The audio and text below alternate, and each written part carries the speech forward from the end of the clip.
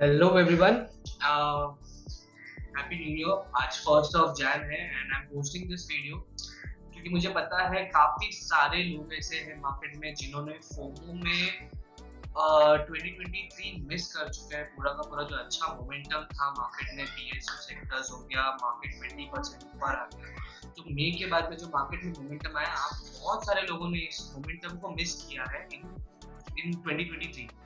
But अभी momentum खत्म हुआ नहीं है। There is still ample amount of time for you to make a decent amount of profits from the market, for which मैं कुछ stories है जो आने वाले टाइम पे डेवलप हुई है मार्केट में, आने वाले टाइम पे डेवलप होगी in fact, and that can give you good returns. तो मैं उन स्टोरीज को, उन स्टॉक आइडियाज को इतना बताऊंगा। So as a disclaimer, basically ये टिप्स नहीं है, ये मेरा एक पर्सनल पॉइंट ऑफ व्यू है जो मैं आपके साथ में शेयर करने वाला हूँ यहाँ पे। एंड मेरा जो फोकस रहेगा वो मेजरली ये रहेगा कि to give you a correct point of view, correct information, correct source जहाँ से मुझे ये चीज प्रोवाइड की। Okay, so let's jump in and मैं आपको बताता हूँ कि किस हिसाब से अब ये मतलब 2024 में मैंने प्लान किया है मेरे। सो 2023 का जो साल था, that was a year of PSC enterprise completely. PSC ने जो धमाका मचाया है, पीएससी में एक्सपेक्टेशन कभी नहीं होता है कि वो 50 150 ऐसा परसेंटेज पे रिटर्न्स प्रोवाइड करेंगे, बट इस साल कुछ अलग ही था। So let's check on that first कि पीएससी सेक्टर ने एग्जैक्टली किस हिसाब से परफॉर्मेंस किया। तो जैसे आप अभी देख रहे हो यहाँ पे, PSC stocks has perform more than 100% in almost top four companies. जो टॉप 10 परफॉर्मर्स है निफ्टी के, उसमें भी टॉप नंबर 4 पे है पीएससी कंपनीज ही है। पावर ग्रिड, कोल इंडिया और जैसे कि एनटीपीसी हो गया है, बीएचईएल हो गया, ये टॉप परफॉर्मिंग कंपनीज में रहा। पीएफसी जैसी कंपनीज, आरईसी जैसी कंपनीज, इन कंपनीज ने काफी अच्छा परफॉर्मेंस दिया है पावर सेक्टर के अंदर। रेल सेक्टर ने एक्सपोनेंशियल परफॉर्मेंस दिया है, वेरएस जो मेजोरिटी जो कंपनीज है वो इस लिस्ट में है भी नहीं। ठीक है, सो इस मामले में अगर मैं इसको थोड़ा चेंज करता हूँ आपके लिए, निफ्टी टॉप 500 के हिसाब से मैं आपको दिखाता हूँ।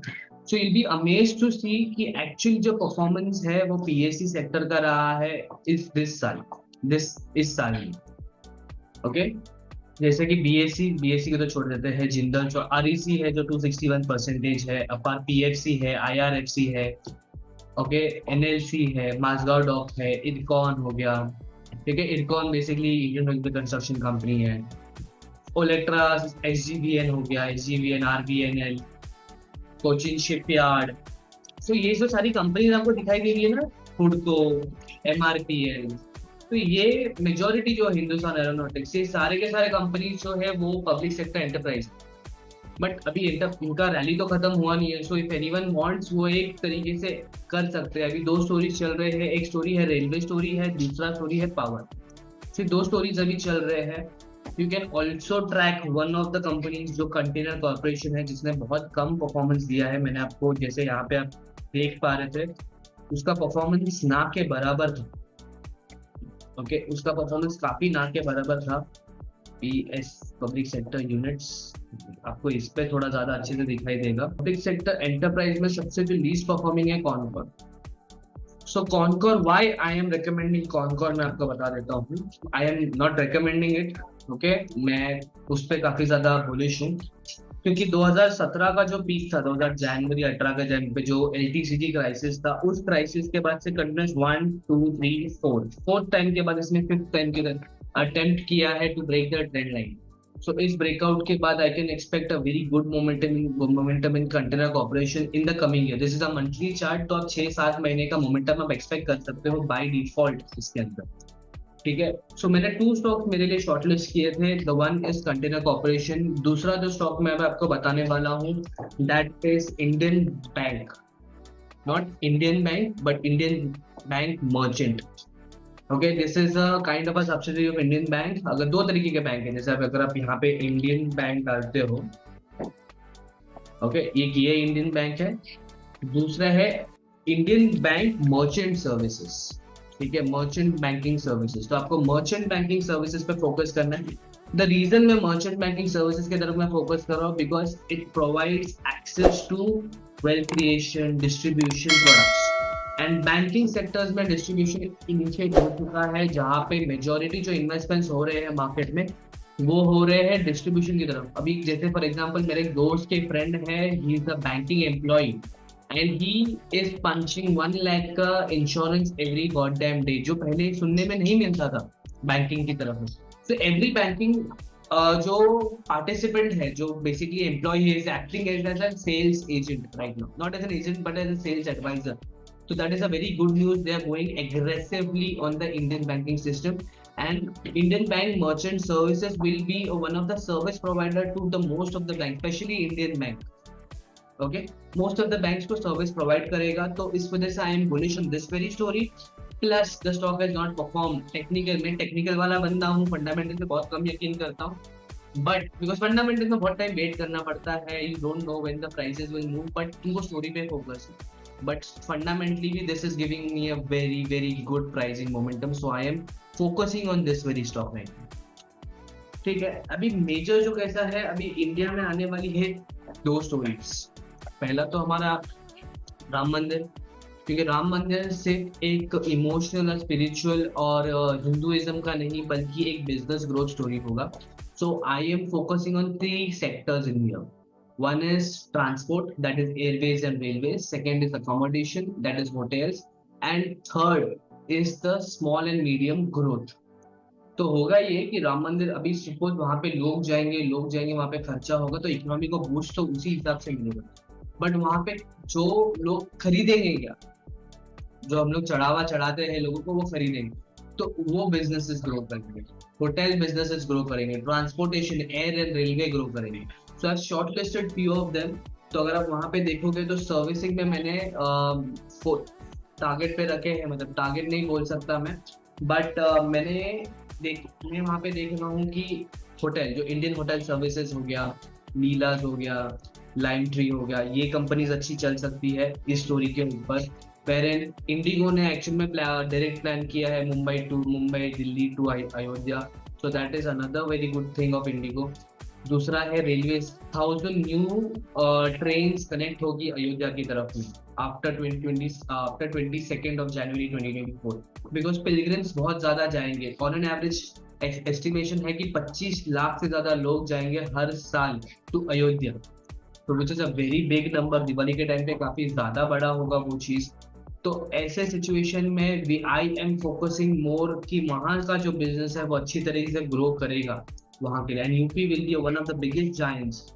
तो लोग वहाँ पे जाएंगे, लोग वहाँ पे सिचुएट होंगे, वहाँ का इकोनॉमी बढ़ेगा. तो ऐसी कौन सी कंपनीज है जो वहाँ पे काम कर सकती है, जैसे मैंने आपको 3 सेक्टर्स बताए, ट्रांसपोर्टेशन जैसे एयरवेज एंड रेलवे, तो इंडिगो, स्पाइस जेट, इन पे फोकस कर सकते हैं आप. दूसरा जो रहेगा ट्रांसपोर्टेशन के लिए जो रहेगा वो रेलवे कंपनी, जैसे इंडियन रेलवे, आईआरएफसी हो गया, टिटागरा वैगन हो गया, आईआरसीटीसी हो गया फॉर दैट मैटर, तो ये कंपनी अच्छी परफॉर्म करेगी. तीसरी कंपनी वहाँ की जो लोकल इंडस्ट्रीज है, जो एसएमईज है, जैसे अभी आप लोग नॉर्मली रोडवेज से जाएंगे, एक रोड कंस्ट्रक्शन चालू होगा वहाँ पे, तो आप कंस्ट्रक्शन एनसीसी हो गया, एचसीसी होगा, यहाँ पे कंपनी में फोकस कर सकते हैं. So you can try on these companies in that very story, क्योंकि ये आने वाले 25-50 साल के लिए एक अच्छा बिजनेस अपॉर्चुनिटी बनेगा. I am not talking about from the spiritual Hinduism and all that point of view. I'm talking from purely from the point of view of business. तो आप business के हिसाब से उसको देखना, यहाँ पे कोई भी religious angle नहीं है इस चीज का. ठीक है, दूसरी जो चीज है, दूसरा जो मैं फोकस कर रहा हूँ, दैट विल बी इलेक्शंस. तो इलेक्शन एक अनसर्टेनिटी के साथ में आता है, so what you have to do. Okay, now the thing over here is that तो सबसे मेजर इंपॉर्टेंट चीज है, हम स्टोरी के ऊपर इतना फोकस कर लेते हैं कि हम पूरा का पूरा पैसा उसमें इन्वेस्ट कर लेते हैं. आपके पास 100 रुपए है तो 100 रुपए इन्वेस्ट करके मार्केट नहीं चला तो आप क्या करोगे, आप ठंडन गोपाल हो जाएगा, 2 साल आपको रुकना पड़ेगा. जैसे आपने 2021 के पीक में जिन जिन लोगों ने इन्वेस्ट किया था, उन लोगों ने अभी फिर से 2023 में उसका मजा उठा रहे हैं, लेकिन कितना मजा उठा रहे हैं, क्योंकि बॉटम तो पकड़ने मिला नहीं होगा आप लोगों को, बराबर. सो बॉटम पकड़ना भी उतना ही ज्यादा जरूरी है जितना ज्यादा जरूरी है कि आप इस चीज पे फोकस करो कि भाई मेरे को पीक में अच्छा खासा प्रॉफिट. तो हेजिंग, इसमें हम लोग काम करेंगे हेजिंग, जो मैं आपको आपके साथ में लास्ट में डिस्कस करूंगा, टेक्निकल बेस पे रहेगा वो पूरा का पूरा. But the second story is election. Election will be coming with an uncertainty. Government एक इन्वेस्टमेंट बैंकर कैसा सोचता है कि अभी तक जो काम चल रहा है अच्छा चल रहा है, ग्रोथ हो रही है, बट अगर गवर्नमेंट चेंज होती है तो जो चेंजेस इम्प्लीमेंटेशन होगी उस वजह से मेरा बिजनेस इम्पैक्ट होगा, मेरा धंधा इम्पैक्ट होगा, उस वजह से शॉर्ट टर्म में मैं लॉस फेस कर सकता हूँ। That is the one of the four things जो एक्चुअली मार्केट में बहुत ज्यादा इम्पैक्ट होता है। इस वजह से आपने जब देखा था कि 2009 में जब मनमोहन सिंह आए थे बैक टू द पावर, वो टाइम पे इंडेक्स ने 2 टाइम सर्किट लिया था in a very day.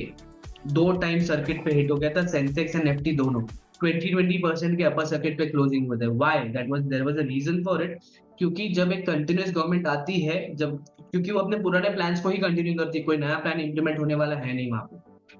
That's why we are focusing more on the government elections. अगर वो इलेक्शंस में अनसर्टेनिटी आ रही है बट नया हमारा कंटिन्यूस गवर्नमेंट जो मोदी गवर्नमेंट है वही आती है, NDA government, then we will be major growth factor होगा। आने वाला 5 साल इंडियन इकोनॉमी का सबसे बेस्ट ईयर होगा, क्योंकि जो प्लान हुआ है, जो कैटेगराइजेशन हुआ है, जो प्लॉटिंग हुआ है, जो कनेक्टिंग द डॉट्स हुए हैं बेसिकली, ठीक है, चेन ऑफ इवेंट्स देखोगे तो सबसे पहले जनधन आया, फिर उसके बाद डीमोनेटाइजेशन आया, फिर उसके बाद जीएसटी आया, फिर उसके बाद डिजिटाइजेशन आया, फिर मेक इन इंडिया। तो ये सारी चीजें SME, small and medium enterprises, small caps and mid caps को बूस्ट करने के लिए बनाई गई है, ट्रेड्स एंड फैसिलिटेट अच्छे से करने बनाए, चाइना से इंपोर्ट्स कम हुए, वाई? ताकि रूरल साइड में ग्रोथ हो सके। तो ये जो सारे प्लान्स हैं ये रुक ना जाए। तो that's why it is important कि हम एक अनसर्टेनिटी को भी प्रिडिक्ट करके रखें कि इलेक्शन के बाद हमें किस पे फोकस करना है। इलेक्शन के बाद मैं 2 मेजर ग्रुप पे फोकस करूंगा। The first one will be Tata, second one will be Adani. क्योंकि अगर इलेक्शन होता है, Tata has a very good plans for the Indian economy. जिस हिसाब से उनका एक्विजिशन चल रहा है, प्रमोशनल चल रहा है, उनके नए नए बिजनेसेस ऑप्ट हो रहे हैं, एप्पल का ऑप्ट हो गया, तो ये सारी चीजों में Tatas will be the best groups. Second will be Adani, because Adani being the favorite of the Adani of the Modi government, and this is the fact. भले लोग हाँ बोले ना बोले, it is a controversial part, but Modi government की favourite है Adani, so that is said in that. But हो सकता है कि गवर्नमेंट चेंज हो गई। जैसे फॉर एग्जांपल अगर मैं आपको रिसेंट सिनेरियो में बताऊं, JP power and India bull housing, India bulls, ये जो सारी कंपनीज है ये रियल एस्टेट में काम करती है, इंफ्रा में काम करती है, शुगर में काम करती है, जो कांग्रेस फेवरेबल गवर्नमेंट है, कांग्रेस की फेवरेबल गवर्नमेंट है। एंड ये गवर्नमेंट, ये स्टॉक चल रहे हैं सोनली विद एन इंटीमेशन की Congress will be the party in the power. यही प्योरली है, एक स्पेकुलेशन है जो चल रहा है, तो उस वजह से वो कंपनीज भी चल सकती है। सो आपको पोर्टफोलियो थोड़ा अच्छे से डाइवर्सिफाई करना पड़ेगा। यू हैव टू चेक कि कौन सी कंपनीज है जो इम्पैक्ट होगी बुरी तरह से। लोधा एक पूरी तरीके से इम्पैक्ट हो जाएगी बाय अगर कांग्रेस आती है, बट डीएलएफ अच्छे से परफॉर्म कर पाएगी अगर कांग्रेस आती है। So you have to maintain the portfolio in both the stocks. तो आपको उस हिसाब से एक प्रॉपर डाइवर्सिफिकेशन भी मेंटेन करना पड़ेगा। बट अनसर्टेनिटी आती है, रिजल्ट्स का, इलेक्शन आता है, तो आप जो गवर्नमेंट की तरफ में फोकस रहेगी, जो गवर्नमेंट जिस कंपनी को ज्यादा पावर देगी उस कंपनीज में आप इन्वेस्टमेंट बढ़ा सकते हो बाय बुकिंग सम प्रॉफिट्स और लॉसेस जो भी रहेंगे उस टाइम। जनरली इलेक्शन तक तो मोमेंटम स्ट्रांग होता है, तो you be in a profit only, majority of the time ऐसा ही होता है लास्ट 60 साल के हिसाब से अगर मैं देखूँ तो। That is one part. Second part के हिसाब से अगर मैं फोकस करूँ तो अनसर्टेनिटी में हेज कैसा करोगे आप। Hedging is very important. तो मैं हेजिंग के लिए मैं आपको एक अभी चीज बता रहा हूँ जिसमें मेजरली मैं एक्सपेक्ट कर रहा हूँ कि gold is the thing, gold is the very thing. Gold में आप इन्वेस्टमेंट अगर ऐसा कर रहे हो तो आने वाले 1 से 1.5 साल के लिए आप 80 to 90% तक परफॉर्म कर सकते हो। I am going to give you the proof. It is speculation by me, not purely. मैं ये नहीं बोलूंगा कि ये गारंटीड है, but gold will be a big thing in the coming time. So let's, I just share with you a chart. बहुत सारे लोगों को ये चीज पता नहीं होगी, I am just sharing with you. अगर आप गोल्ड का जो एमसीएक्स पे देखोगे, ठीक है, so just check the MCX gold. So gold अगर आप देखोगे यहाँ पे 2016 का जो पीक था, मतलब 2016 में क्या हुआ, ये 38,000 से चला 42,000 के आसपास ऑलमोस्ट। ये 2 साल गोल्ड ने कुछ परफॉर्मेंस किया नहीं है, ठीक है। इट वॉज हियर 2016 से ऑलमोस्ट 2019। तो ये जो टाइम था 3 साल का, इस टाइम पे मार्केट गोल्ड बिल्कुल भी मोमेंटम प्रोवाइड नहीं कर रहा था। तो अगर ऐसा कोई इंडेक्स ऐसा कोई ऐसा कंटिन्यूस में ग्रोथ स्टॉक ग्रोथ होने वाला चीज जिसका हम लोग हर रोज हर जगह सुनते हैं, वो हर बार बिकता है, अगर उसका प्राइसेस में कोई चेंजेस नहीं आ रहा है ना, मतलब उसमें बहुत ज्यादा मोमेंटम आने वाले हैं। एंड सेम चीज हुआ भी है, हमारे पास एक हिस्ट्री भी रहा है गोल्ड का कि अगर गोल्ड ने जब मोमेंटम दिया 2000 कब की बात है ये, 2019 फरवरी से स्टार्ट हुआ है, 2020 2020 तक मार्केट में इतना जोरदार मोमेंटम आया है गोल्ड में कि it went up by 48%। But अगर मैं सेम चीज सेम अंदाजा के हिसाब से मैं अगर प्रेफर करता हूँ द करंट प्राइसिंग मोमेंटम, ठीक है, जो करंट प्राइस है उस पर मैं सेम चीज अगर मैं शिफ्ट करता हूँ, तो आप शॉक हो जाओगे ये देख के कि कितना प्राइसिंग हो सकता है। ठीक है, मैं ज्यादा नहीं देखता हूँ, मैं देखता हूँ कि 48% ही होगा, मुझे ज्यादा एक्सपेक्टेशन है नहीं अभी फिलहाल मार्केट से। मैं ये देख रहा हूँ कि बस मार्केट जा जाके 48% ही जाएगा फ्रॉम द रिसेंट पीक्स। ठीक है, तो भी 48% which means a hike to 93,000। 93,000 will be the peak, which is a very good thing, which is a very high level intense high intense thing in this market। अगर आपको hedge करना है आपका portfolio, market अगर range bound होता है by any chance market अगर range bound होता है, तो gold will be the most performing asset at that very point of time. So you can focus on this and you can always always try कि आप hedging की तरफ में थोड़ा रहो। जैसे एक आइडियल पोर्टफोलियो बनता है कि अगर आपके पास 100 रुपए है तो उसका एज, अगर आपका एज 30 है तो 70% इक्विटी में रखिए, अगर आपका एज 60 है तो फिर 40% इक्विटी में रखिए, बाकी डेट एंड लिक्विड एसेट्स में रखिए। तो this is one of such things, तो आप इस पे फोकस कर सकते हो। So with this I have given you एक छोटा सा रिकैप ले लेते हैं। जैसे मैंने आपको पीएसयू के 2 स्टॉक्स बताए, एंड मैंने राम मंदिर के स्टोरी के हिसाब से कौन से स्टॉक्स में मोमेंटम आ सकता है, राम मंदिर के स्टोरी के हिसाब से कौन से स्टॉक्स में मोमेंटम आ सकता है ये बताएं। एंड साथ साथ में मैंने बताया कि इलेक्शन में अगर सर्टिनिटी है, अगर कंटिन्यूस गवर्नमेंट आती है, कंटिन्यूस ग्रोथ होता है तो क्या चल सकता है, अनसर्टिनिटी आती है तो भी क्या चल सकता है मार्केट में, मैंने आपको ये भी बताया है। तो इस ओवरऑल गिमिक पे गोल्ड पे आपको हेजिंग कैसा कर सकते हो, गोल्ड में क्या एक्सपेक्टेशन है मेरा, मैंने आपको ये बताया। तो आप ये बेसिकली इन्फॉर्मेशन को आप ग्रास्प कीजिए, बेस्ट डिसीजन लीजिए, बिकॉज मैंने मेरे हिसाब से डिसीजन लिए, आपको अपने हिसाब से डिसीजन लेना है गाइस। तो आपको खुद के हिसाब से सोचना पड़ेगा उस चीज को, ठीक है। सो अगर आपको कोई भी ऐसा लगता है डाउट तो you can comment down, okay, and don't forget to like it, share it and subscribe it. Thank you for, काफी थोड़ा अच्छा खासा हुआ है, and we see you again next week on Sunday. मेरा एक दूसरा वीडियो आएगा, it will be on interesting topic and hopefully आपको वो चीज भी काफी यूजफुल रहेगी इन्वेस्टमेंट ट्रेडिंग के लिए। Keep trading and make sure you make money.